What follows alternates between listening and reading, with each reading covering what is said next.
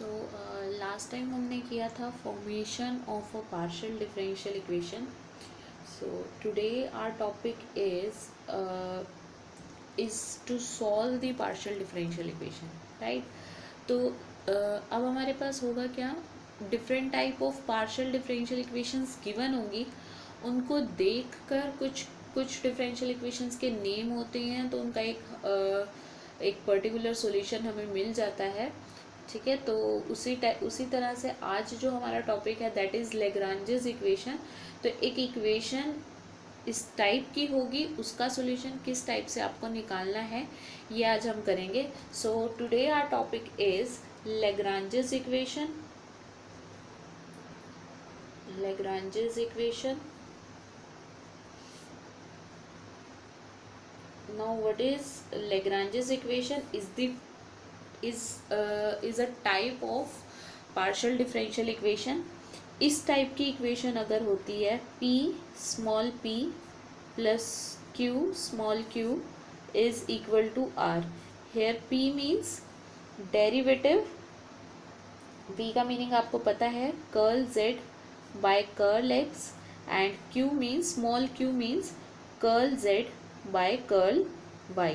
Curl z by curl x का कोई coefficient दिख रहा होगा, curl z by curl y का कॉफिशेंट है, एंड इक्वल्स टू जो भी हमें function of x y and z दे रखे होंगे. Here q, capital p and capital r are functions of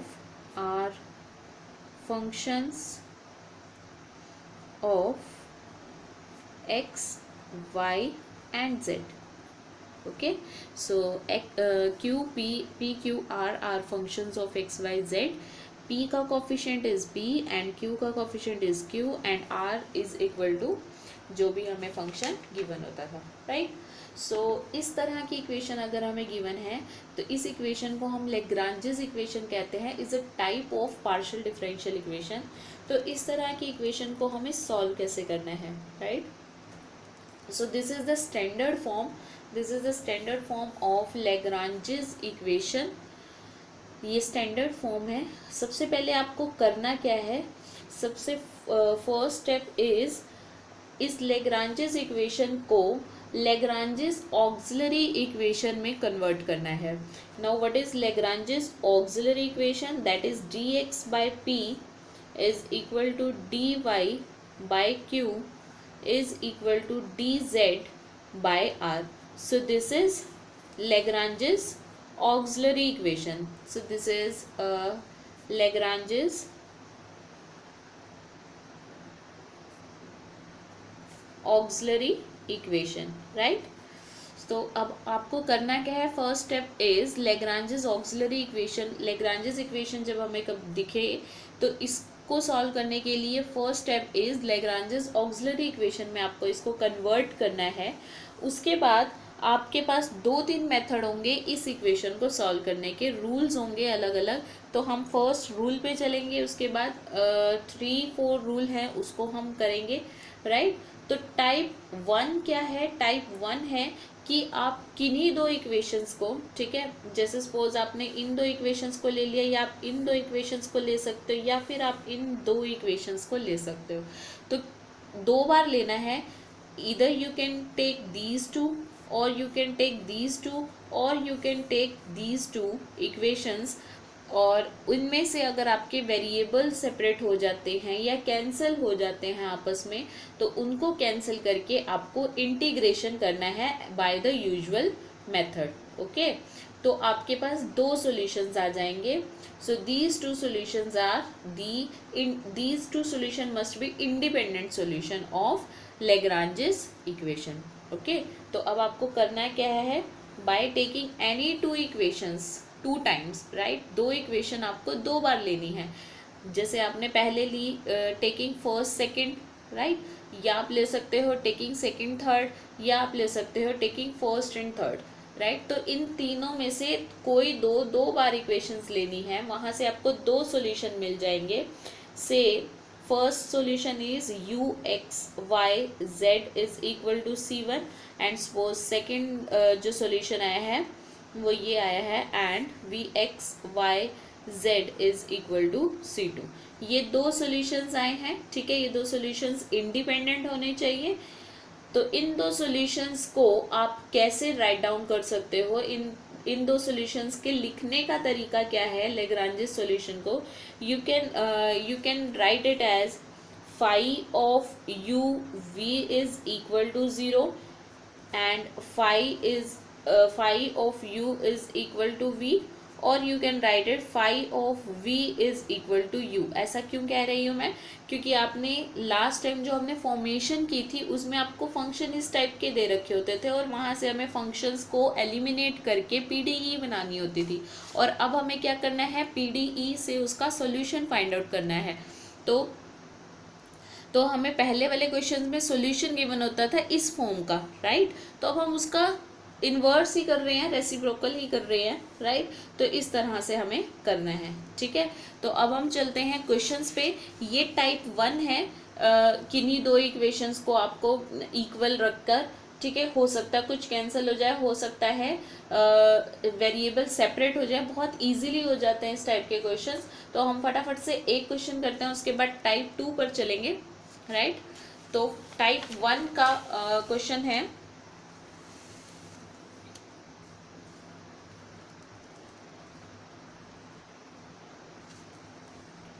suppose solve करना है y square p plus x square q is equal to x square Y square Z square, right, इसको solve करना है। तो as you can see this is Lagrange's equation, right, small p का coefficient is capital P, small q का coefficient is capital Q, and this is r। तो we can write it as by auxiliary Lagrange's auxiliary equation, so dx by y square is equal to dy by x square is equal to dz by x square y square z square. As you can see, if we take these two terms, these two integrals, तो हमें दिख रहा है कि x square D x के पास बड़ा easily चला जाएगा and y square d y के पास बहुत इजीली चला जाएगा, and in this way the variables are separated very easily, so we can take first two terms, right। so हम क्या करेंगे, फर्स्ट एंड सेकंड फ्रैक्शंस को लेंगे, taking first and second fraction, taking first two fractions, right. तो हमने first two fractions लिए and we get dx by y square is equal to dy by x square। now variable separate करने पे क्या मिलेगा, this implies x square dx is equal to y square dy। now you can integrate as the variable are separated, so you can integrate it, so we get by integrating both side we get x cube by 3 is equal to y cube by 3 plus any constant c।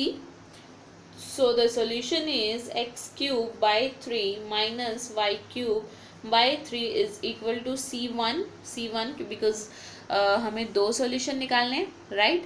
So this is the first solution, this can be writed as x cube minus y cube is equal to c1।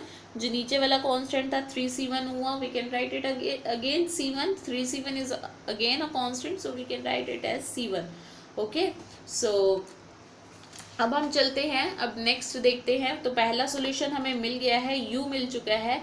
अब check करते हैं क्या second and third fractions को लेने पर variable separate हो जाते हैं। अगर हम सेकेंड एंड थर्ड लेते हैं, सेकेंड एंड थर्ड फ्रैक्शन लेते हैं, तो as you can see x square cancel हो जाएगा, राइट, वाई स्क्वायर को हम डी वाई के पास ले जाएंगे एंड डी जेड के साथ जेड स्क्वायर रह जाएगा। तो वेरिएबल बहुत इजीली सेपरेट हो रहे हैं। बट एक बार हम फर्स्ट एंड थर्ड पे भी चेक करते हैं क्या उसमें हो जाएंगे, अगर करना चाहें तो। अगर हम फर्स्ट एंड थर्ड लेते हैं तो वाई स्क्वायर से वाई स्क्वायर कैंसिल हो जाएगा, एक्स स्क्वायर डी एक्स के पास चला जाएगा and D Z by Z square रह जाएगा।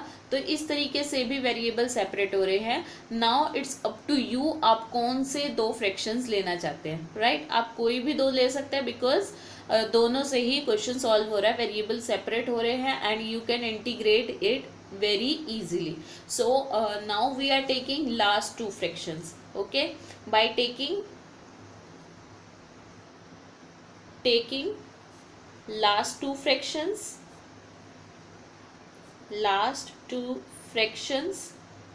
and what we get, dy by x square is equal to dz by x square y square z square. x square से x square cancel हो जाएगा, so this implies y square हम इधर ले आए, y square dy is equal to dz by z square. Okay, so now by integrating on both side we get y cube by 3, right, and this is minus 1 upon z plus c1 c1 हमारा ऊपर आ चुका है. So this implies y cube plus 3 z inverse हम लिख सकते हैं is equal to c2. ये second solution आ गया है and the first solution is this. So ये u है और ये v है, इनको लिखने का तरीका क्या था, फाई ऑफ हम ऐसा भी लिख सकते हैं x cube minus y cube and y cube plus z inverse is equal to 0. ये भी एक इसका वे है प्रेजेंट करने का. Second we can write it x cube minus y cube is equal to phi of y cube plus z inverse. आप इस तरीके से भी इस सॉल्यूशन को लिख सकते हैं. एंड थर्ड सॉल्यूशन आप ऐसा भी लिख सकते हैं y cube plus z inverse is equal to phi of x cube minus y cube. आप इस तरीके से भी इसको प्रेजेंट कर सकते हो. आप ये तीनों में से किसी भी तरीके से लिख सकते हो, तीनों ही आंसर राइट है. ओके, सो ये था टाइप 1 सॉल्व करना बहुत इजीली था. ठीक है, अब हम चलते हैं टाइप 2 पे. इसमें होगा क्या, इसमें एक तो सॉल्यूशन आप बड़े इजीली ऑब्टेन कर पाओगे यूजिंग टाइप 1 मेथड, राइट. जो टाइप 1 है उसके अकॉर्डिंगली, मतलब आपको एक सॉल्यूशन तो टाइप 1 से बड़े इजीली मिल जाएगा, बट टाइप 2 में होगा क्या, सेकेंड सॉल्यूशन के लिए फर्स्ट सॉल्यूशन का यूज़ करना होगा, उसके बाद आप सेकेंड सॉल्यूशन फाइंड आउट करोगे. सो तो बेसिकली टाइप 2 है क्या, टाइप 2 में यूज़ करना है फर्स्ट सॉल्यूशन को. फर्स्ट सॉल्यूशन इजीली मिल जाएगा using the method of type 1 and second solution you can obtain by using first solution. Okay, so type 2 पे चल रहे हैं. मैं डायरेक्ट आपको क्वेश्चन से समझाऊंगी कि क्या कहना चाह रहे हैं. टाइप 2 में हम क्या करेंगे, यूज़ करेंगे use first solution to obtain second solution okay. Type 2 में क्या करना होगा, फर्स्ट सॉल्यूशन का यूज करना होगा to obtain second solution, right. तो इसको करते हैं. मैं क्वेश्चन लिख रही हूँ. Suppose we have solution solve p plus 3q is equal to 5z plus tangent y minus 3x, right. तो ये क्वेश्चन है.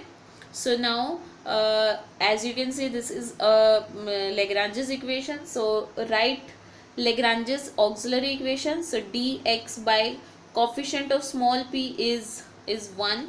So this is 1 and dy by 3 coefficient of small q is 3. This is my small p, right. ये small p है, is not capital P, is a small p. And dz by r means ये पूरा, ठीक है. तो 5z plus tangent y minus 3x, right. तो अब चलते हैं. अब as you can see first two अब जब आप लोगे, ठीक है, अब हम टाइप 1 का यूज़ करेंगे। पहला सॉल्यूशन टाइप 1 से मिल जाएगा और दूसरा सॉल्यूशन के लिए हमें पहले सॉल्यूशन का यूज़ करना पड़ेगा। ओके, तो आपको ये बड़ा इजीली दिख रहा है कि ये इंटीग्रेट हो जाएंगे बिकॉज इसमें वेरिएबल ही नहीं है और वो सेपरेट नहीं करने पड़ेंगे, राइट। तो सीधा हम टेकिंग फर्स्ट टू, राइट, तो हमने इन दोनों को लिया, तो यहाँ से क्रॉस प्रोडक्ट किया, सो this is 3dx minus dy is equal to 0. So by integrating both side we get 3x minus y is equal to c1. तो पहला सॉल्यूशन बहुत इजीली मिल गया। अब दूसरे सॉल्यूशन जब हम देख रहे हैं तो इसमें क्या मिल रहा है, दूसरे सॉल्यूशन में यहाँ से दूसरे सॉल्यूशन में y minus 3x can not be separated, ठीक है। हम इसको अगर आप इन दो को लेते हो तो भी y माइनस 3x तब भी सेपरेट नहीं होगा, फर्स्ट एंड थर्ड को लेते हो तो भी सेपरेट नहीं होगा, but we can use the first solution in this, right. Same आ रहा है, माइनस का फर्क है, कोई बात नहीं, हम माइनस कॉमन लेके उसको कांस्टेंट में इंक्लूड कर देंगे और y माइनस 3x को हम कांस्टेंट मान लेंगे। So tangent c1 is again a constant, ठीक है, is also a constant. So we have सिर्फ z वाला ही फंक्शन, z वाला ही वेरिएबल रह जाएगा, y माइनस 3x कॉन्स्टेंट बन जाएगा, तो उसका हम यूज करेंगे। आई थिंक आपको समझ आ रहा हो, ठीक है। सो अब हम क्या करने वाले हैं, अब हम फर्स्ट एंड सेकेंड ले रहे हैं and using this solution in this, ठीक है। So by taking first and third, मैंने फर्स्ट ही क्यों लिया है बिकॉज इसके नीचे 3 है, राइट, तो यहाँ पे 1 है तो 1 ईजिली हो जाएगा। So dx is equal to dz by 5z plus tangent c1। हमने क्या किया, पहले वाले सॉल्यूशन का यूज किया to find to obtain the second solution, okay. तो 5z plus tangent c1, now integrating both side, dx का integration is x and 1/5z plus tangent c1 का इंटीग्रेशन क्या आ जाएगा, is 1/5 log 5z plus tangent c1, right, plus any constant, say it is c2, right. So अब क्या आएगा, अब हम लिख सकते हैं इसको 5x minus log 5z plus tangent c1 is equal to c2। अब आप c1 की वैल्यू वापस रख दो, ठीक है। सो हमें सेकेंड सॉल्यूशन मिल जाएगा, 5x minus log 5z plus tangent, इसकी वैल्यू क्या थी, इसकी वैल्यू थी y minus 3x, right, is equal to c2। ये आपका सेकेंड सॉल्यूशन आ गया है। अब दोनों सॉल्यूशंस को आपको प्रेजेंट कैसे करना है, तो अब आप क्या करोगे, this equal to 5x minus log 5z plus tangent y minus 3x is equal to 5 of 3x minus y। So this is the required solution. ये सॉल्यूशन है of the given Lagrange's equation. एक question दे रही हूँ मैं इससे related, ये आपको क्वेश्चन करना है, ठीक है। सो बहुत इजी सा क्वेश्चन है, p minus q is equal to z upon x plus y, solve this equation, okay. तो अब हम चलते हैं टाइप थर्ड पर, that is the most important, type third is most important. तो इस टाइप में हमें करना क्या है वो आपको समझाती हूँ। तो अब क्या होगा टाइप थर्ड, कि वेरिएबल्स ऐसे मिक्स होंगे कि we can not separate it, okay. तो हम अब की बार वेरिएबल्स को सेपरेट नहीं कर पाएंगे, तो we have one another option,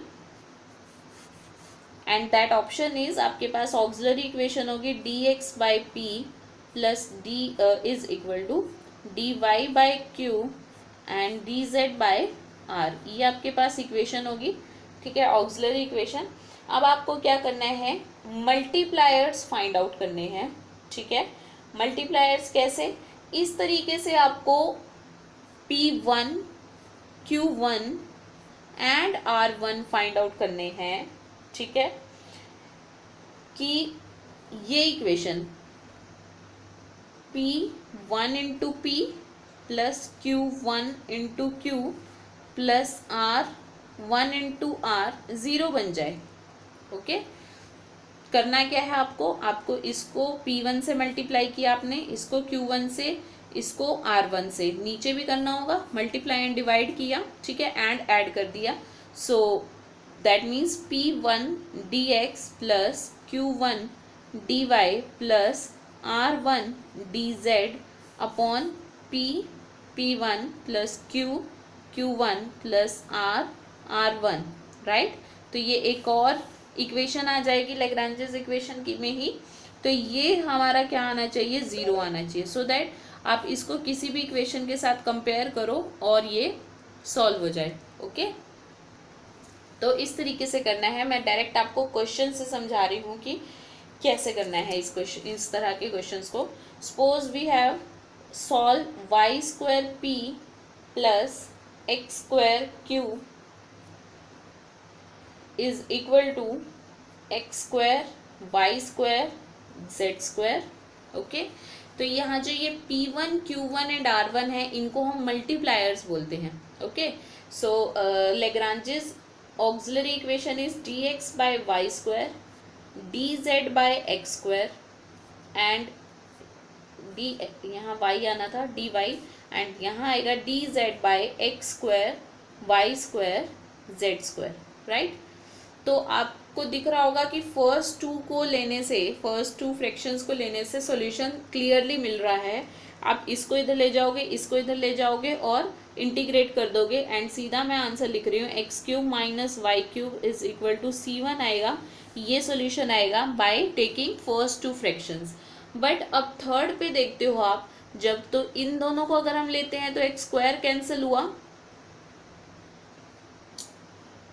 x² cancel हुआ एंड इसमें ये हो रहा है वैसे तो, बट मैं आपको इस तरीके से भी बता देती हूँ कि कैसे करोगे अगर आप थर्ड टाइप से करना चाहते हो। तो वैसे ये हो रहा है इस तरीके से भी कि x² कैंसिल हो जाएगा एंड y² dy के पास चला जाएगा एंड dz by z² रह जाएगा।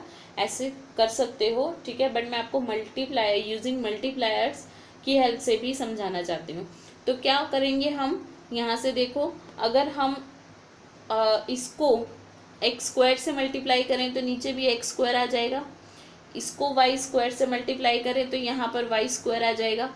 अब इन दोनों को तो ऐड कर देते तो 2x² y² बन जाएगा। अगर हम यहाँ पे इसको z² से डिवाइड कर देते हैं तो z² कैंसिल हो जाएगा और -2 बाई z² ले लेते हैं तो यहाँ पर -2x² y² रह जाएगा, यहाँ 2x² y² हो जाएंगे तो कैंसिल हो जाएंगे, नीचे 0 बन जाएगा, राइट। मैं यहीं पे लिख रही हूँ। तो एक और आपका क्या बन जाएगा फ्रैक्शन, वन मोर फ्रैक्शन आपका हो जाएगा x² dx plus y² dy -2 by z² dz। अब आपने सेम यही मल्टीप्लाई नीचे वाले पे भी किया है। आपने ऊपर मल्टीप्लाई किया x² तो आपने नीचे भी x² मल्टीप्लाई किया है, तो नीचे क्या बन गया x² y²। अब आपने ऊपर क्या मल्टीप्लाई किया y² तो आपने नीचे भी y² मल्टीप्लाई किया, तो यू हैव x² y²। अब आपने ऊपर मल्टीप्लाई किया -2 बाई z² तो आपने यहाँ पर भी मल्टीप्लाई किया है -2 by z² and you get -2 x² y² and ये बन गया 0। तो आपके पास ये वाला एक और इक्वेशन आ गई है। अब इसकी हेल्प से आप क्या करोगे, दिस इम्प्लाइज, अब आप इसको किसी भी इक्वेशन के साथ कंपेयर कर दो और क्रॉस मल्टीप्लाई करोगे तो नीचे वाला 0 सामने वाले को 0 बना देगा and you will have only this equation, that is x² dx plus y² dy -2 by z² dz is equal to 0। ये रह जाएगा, राइट। तो अब आप इसको इंटीग्रेट करोगे and we have x³ by 3 plus y³ by 3 plus 6 upon z, cube आ जाएगा, 6 अपॉन z रह जाएगा, 6 नहीं, यहाँ पर रह जाएगा 2 only, 2 by z is equal to C2। So second solution आपका ये आ गया। यहाँ से आप एलसीएम लेके नीचे वाली इक्वेशन, नीचे वाले कांस्टेंट को आप इसी कांस्टेंट में इंक्लूड कर सकते हो। तो दिस इक्वल टू ठीक है, जो भी आएगा। सो आपके पास 2 सॉल्यूशंस आ गए हैं, राइट। टाइप थर्ड का मैं एक और क्वेश्चन दे रही हूँ, एक और क्वेश्चन करवा रही हूँ, बिकॉज ये हम टाइप 1 से भी कर पा रहे थे। सो अब मैं टाइप थर्ड का एग्जैक्ट जो टाइप थर्ड से हो पाएगा उस क्वेश्चन को कर रही हूँ। जैसे कि ये क्वेश्चन है, solve x into y square minus z square, ठीक है, into p minus y into z square plus x square into q is equal to z into x square plus y square. ये equation है, ठीक है। So write down the Lagrange's equation. So the Lagrange's equation is dx upon x into y square minus z square and dy upon minus y into z square plus x square and dz upon z into x square plus y square, right? तो अब हमें दिख रहा है कि जो variables हैं that are mixed very badly, ठीक है ना, जिसमें हम जिनको हम सेपरेट नहीं कर पाएंगे। तो इस केस में हम मल्टीप्लायर्स फाइंड आउट करेंगे। एज यू कैन सी कि ये x एक्स्ट्रा है, ये y एक्स्ट्रा है एंड ये z एक्स्ट्रा है। अगर हम इसको हटा दें तो यहाँ से ये y स्क्वायर, और अगर इसको माइनस कर दें तो ये माइनस वाई स्क्वायर, ये 0 बन जाएगा। यहाँ से माइनस जेड स्क्वायर, ठीक है, ये ऑलरेडी इसको भी माइनस करना पड़ेगा ताकि ये प्लस हो जाए, तो माइनस जेड स्क्वायर, ये प्लस जेड स्क्वायर 0 बन जाएगा। यहाँ से जब हमने इसे माइनस किया तो ये माइनस एक्स स्क्वायर, ये प्लस एक्स स्क्वायर हो जाएगा, ये भी 0 बन रहा है। तो हमें मल्टीप्लायर क्या मिल रहे हैं, हम क्या करें, इसको किससे डिवाइड कर दें, एक्स से, ताकि ये कैंसिल हो जाए, इसको वाई से, इसको जेड से। तो हमने क्या किया, 1/x dx किया, ठीक है, तो नीचे भी करना पड़ेगा, इसको 1/x किया तो क्या बन गया, y square minus z square. अब हमने इसमें क्या किया, -1/y dy किया तो कितना आ जाएगा, प्लस हो जाएगा, y कैंसिल हो जाएगा and we get z square plus x square. और इसमें हमने क्या किया, -1/z किया dz, ठीक है, ये हट जाएगा और क्या आ जाएगा, -x square minus y square, और ये सारे कैंसिल होकर 0 बन रहे हैं। And we have 1/x dx minus 1/y dy minus 1/z dz is equal to 0, ठीक है। अब हम इसको इंटीग्रेट कर सकते हैं very easily. So this is log x, this is log y and this is log z is equal to c1, ठीक है। एक सॉल्यूशन ये आ गया and we can write it as log x upon log x upon y z is equal to c1, ठीक है। तो एक सॉल्यूशन आपका ये आ गया है। और अब सेकंड सॉल्यूशन के लिए फिर से देखो, सेकंड सॉल्यूशन के लिए क्या हो सकता है। अब अगर हम यहाँ पर x मल्टीप्लाई कर दें तो एक्स स्क्वायर वाई स्क्वायर, इसको हम y मल्टीप्लाई कर दें तो एक्स स्क्वायर वाई स्क्वायर, ये positive X square Y square, ये negative X square Y square cancel हो रहा है। यहाँ बनेगा minus x square Z square, और इसको जेड से मल्टीप्लाई कर दे तो plus Z square x square, ये भी कैंसिल हो रहा है, राइट। आई थिंक ये मल्टीप्लायर बन सकता है। सो हमें क्या मल्टीप्लायर मिल रहा है, इसको हम मल्टीप्लाई कर देते हैं किससे, इसको हम मल्टीप्लाई कर देते हैं एक्स से। सो एक्स डी एक्स हमने किया तो डिनोमिनेटर में भी आएगा, क्या आ जाएगा, x square Y square minus x square Z square plus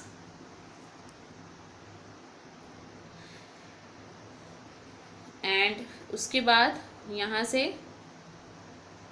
क्या आ गया, so this is plus y d y किया हमने तो नीचे भी करना पड़ेगा। So y square Z square minus y square x square, ठीक है। और यहाँ पर भी हमने क्या किया, जेड डी जेड किया तो ये आ जाएगा plus Z square x square plus Z square Y square, ठीक है। आई थिंक सब कैंसिल हो रहे हैं, एक्स स्क्वायर वाई स्क्वायर ये कैंसिल हो रहा है, एक्स स्क्वायर जेड स्क्वायर ये भी कैंसिल हो रहा है, ये भी कैंसिल हो रहा है। And we have x d x plus y d y plus z d z is equal to 0 and after integrating we get x square plus y square plus Z square is equal to C2। नीचे 2 भी आना था, वो हमने C2 के साथ include कर दिया। And the second solution is this. तो आज के लिए इतना है। आपको ये मल्टीप्लायर्स वाले ढूंढने हैं। एक रह गया है इसमें टॉपिक, वो मैं आपको ऑनलाइन क्लास के थ्रू ही करवाऊंगी, राइट। सो आज के लिए इतना। Thank you.